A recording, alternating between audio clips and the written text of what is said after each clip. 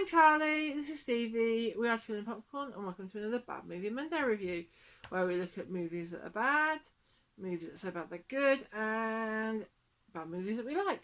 So, we're going back to 2023 for a film that was recorded and filmed. Yeah, in 2016. Yes, it was. So it's Wonderwell, 2023, 1 hour 36 minutes, starring the late great Carrie Fisher. Mm-hmm. A coming-of-age fairy tale set between modern-day Italy and an imaginary realm just beyond. Wonderwell follows Violet, a naive and inquisitive 12-year-old girl, on a thrilling journey. Yeah. Directed by Vlad Marsavin.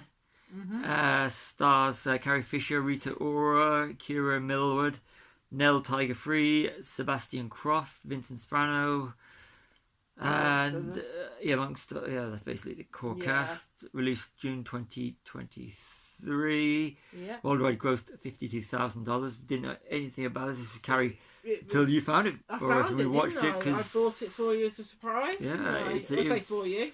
Yeah. For me as well, but it was a big surprise. We big screened it, didn't we? Yeah. We projected it onto the wall in our living room. And Carrie's last role. You had no idea what it was. No.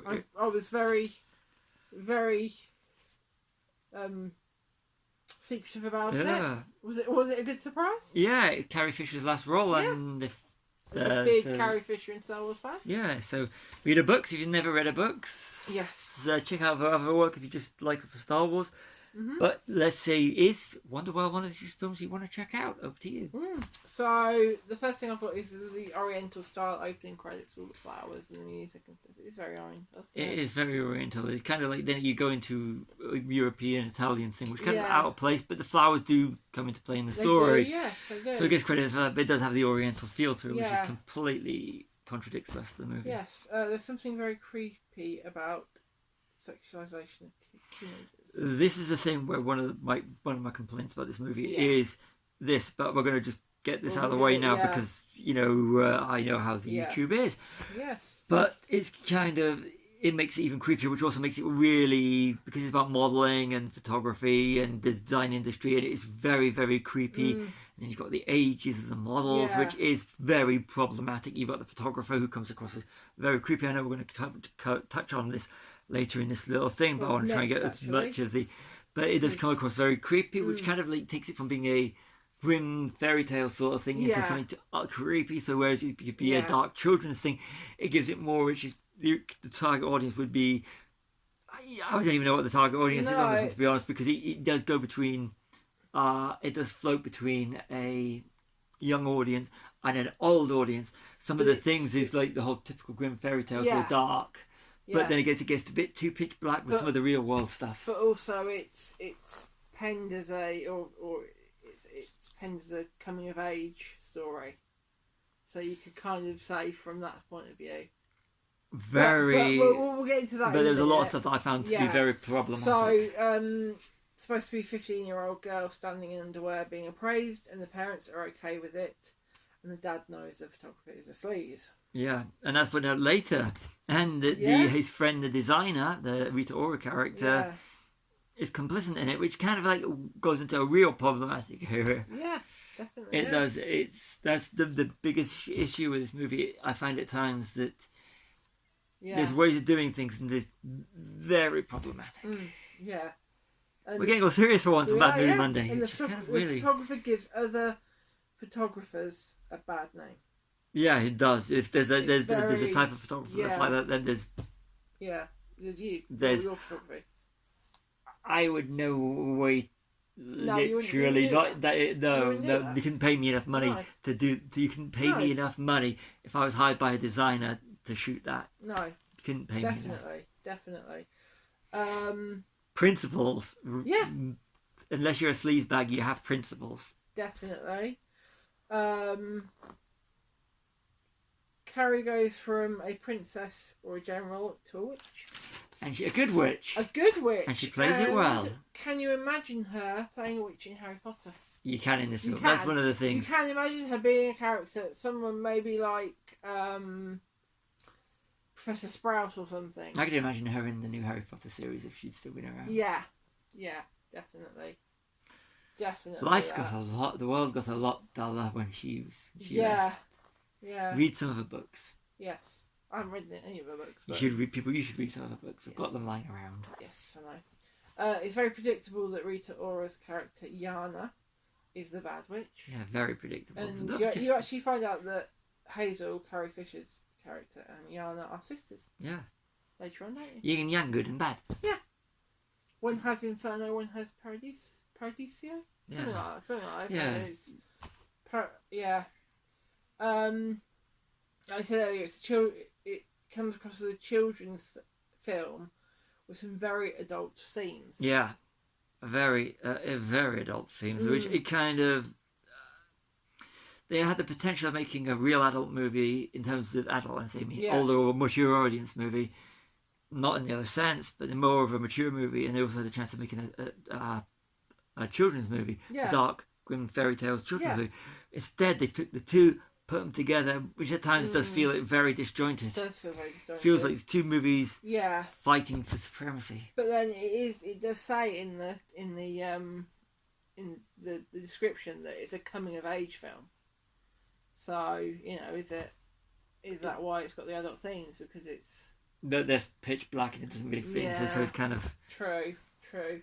But anyway, going completely away from pitch black, the colours in the forest are very vibrant. they are they're very, Aren't and I do get the whole colour palette is very Yes. Alex Garland. It is actually, isn't it? I do. I get the whole. If you watch something like, say, Men or Annihilation or Devs, it's got that kind of that very the forest and the bit at the ending. We're gonna go a bit forward here. Yeah, the bit at the ending. There's a bit at the end which is very Annihilation. Yes. So it's got some very good effects for a low budget. It does. Movie, It does. The effects are really good. I mean, you can tell it's low budget CG, but the CG is actually good. The set design Good is quality. really good. It's kind of like, it's a low Yeah. budget film, but they did put a lot into the colour and they put a lot of thought into this. Yeah. So you can't knock it for the production No, you design. The can't production at all. design is on point. Yeah. So Violet's dad is in love with Yana, and Mum with the photographer. Yeah, so it's kind of So like it's kind of like, huh? What's going on there? yeah, it's kind of like the old. Why don't they just get together and live in some creepy fantasy world or something? Yeah. And it does have the exploitation of teenagers. It does. Teenage girls. If you're gonna try and make a point, but don't do it in this kind of thing. Like I said, it's two films vying for supremacy. Yeah. And so I'm trying to think now. Going back to the whole Alex Garland thing, you've got Yana's death, and it looks like something out of Annihilation. it does at the ending. If the ending when it does it looks like completely out of Annihilation, the Alex Garland movie. So if you've not seen that, but this would have, hey, this was made before but released after. Yeah. And Annihilation is based on a book. So, So, but we just mentioned the one plot point we mentioned is the young girl goes down a well, gets changed with her alternative from the other universe, and everything. So they've got till sunrise, next morning. She doesn't make it, She misses the window. and she's stuck in the fantasy world. Well, the alternate world. Yeah. So you've got two people that are so living in because she was tricked by from the fantasy. But because she doesn't make it back, is it really a happy ending? She seems to be content with living in the fantasy world, which Yeah, is okay. Going with that, is it saying it's better to stay in the fantasy world than the real world, or is it that you can't go back to childhood? Because it's a coming of age film, and I see the well as being, when she goes through it, she goes from being a child into being an adult. I can see that. You can't go backwards. You can't go back to being a child. So is that why she misses it and she can't get back? Because she just wants to stay in the childhood. Because she's becoming an adult. Yeah. But in that world, she's still going to live in a fantasy. Is it a fantasy though? Because everything is, you would think everything is the same. But that's the fantasy world. It's very weird. It's a very strange one, because I would see it as it's not necessarily a fantasy world. She is growing up, and that's her. You do make reference to her crossing into adulthood, from childhood into adulthood, and once you cross that, you can't then go back That's So true. she can't go back, but everything is the same. Because Hazel's the same, Yeah. her parents are the same, her sister's the same, everything that's happening And is the the parents same. do comment on certain aspects of her. So does the sister. So that when they see When her they after the come first back. time. So it is, yeah. So yeah. It's So just, is it a fantasy world or is it just adulthood? Yeah, Is she just growing up? yeah. That's probably it. But you saw it, Yeah. I didn't. But then again, can't even remember. And the last Being a thing teenager. That definitely was never a teenage girl. Don't let the hair fool you. Yeah. And so the last thing I have is In Loving Memory of Carrie Fisher. Always nice when they do a little loving I memory think of you Carrie cried Fisher. first time we saw it, didn't you? Because it was Carrie Fisher. Carrie Fisher's the last film. Like Carrie Fisher. Yeah, I know you do. Great actress. Yeah. Great writer. Yeah. Watch her interviews. Yeah, some of her. And she's great in this. Hilarious. You know, She is, yeah. she's great in this. So, yeah, watch. It's nice seeing her. It's nice seeing her. Bright Lights is good. Bright Lights, the documentary. Oh, that's Yeah. brilliant. Oh, net We haven't documentary seen on it for a her. while, actually. We used to watch it every year. I haven't watched it for a couple of years now. I've watched it recently. I know you probably have. Anyway, So, what did back you to think? this one. Our usual good, bad, or not bad? It's a hard one. I don't think it's not so bad. It's got elements that are bad, but it's not. So you say so bad, it's good.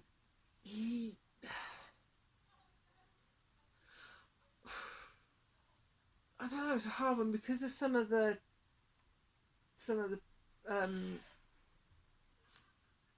exploitation stuff. I can't really say it's not a bad film because that. So it's so bad, it's good. Yeah, probably say that's good. What about you? Or is that your final answer? I'm going to it's not a bad film. I'm gonna. It's gonna be like 2 in a row. It's supposed to be a bad movie Monday. Deep breath. I'm gonna say it's not a bad movie for the pure and simple reason that they do try and explore some stuff. Yeah. And what you said about we can't go back to childhood, yeah, Yeah, that makes perfect yeah. sense. But it does look like from the outside like it is going to be a bad movie. It's Yeah. one of these films you could actually study and break down, like we've done. We've done Yeah. this more serious. If this is your first time watching Bad Movie Yeah, Monday, it's our a usual one's a serious little one. bit more fun than Yeah, this. go This is check out more some of of the a. other ones because this This has been the dark This is a one. very dark, serious one. This one. So it's kind of interesting thing to try something different on here. Yeah. We're doing it with a Carrie Fisher movie, so Yeah. tries a lot. Doesn't succeed on a lot of the things, but this is a great film if you want to explore. If you're studying film theory or Yeah. studying film, and you want to explore something that's a little bit out there, this is the movie for you. It's one of those ones that's a little bit out there you've probably not heard or you may not have heard of. Yeah. And if you're watching this, you've now heard of it. But it's one of these films you might want to explore and dissect yourself. This is a good film to dissect if It you're is, studying yeah. film theory. Yeah. It is. So I'm going to say for that one alone, it's not a bad movie just Yeah. for the film theory aspect of it. Okay, so we agree again. So yeah, So- that's been this year. Next year, it's the 50th anniversary of the release of Star Wars. Actually, recording is just literally it's the 50th anniversary of when they started recording. So next year is the 50th. So for next year's May, we will pick some really good Yeah. ones for you. So that's Yeah. been for this year's May Bad Movie Mondays.